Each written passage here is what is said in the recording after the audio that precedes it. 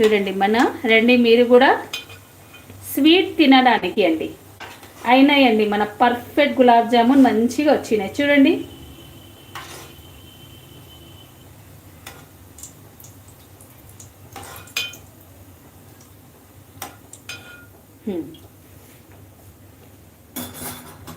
ఎంత బాగా వచ్చినాయి.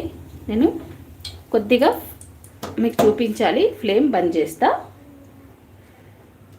ఏముంది చూడండి ఎంత బాగా వచ్చినాయి చూడండి ఎంత పర్ఫెక్ట్. ఏం రెసిపీ ఈ రెసిపీ? బ్రెడ్ గులాబ్ జామున్ అండి. Sweet recipe.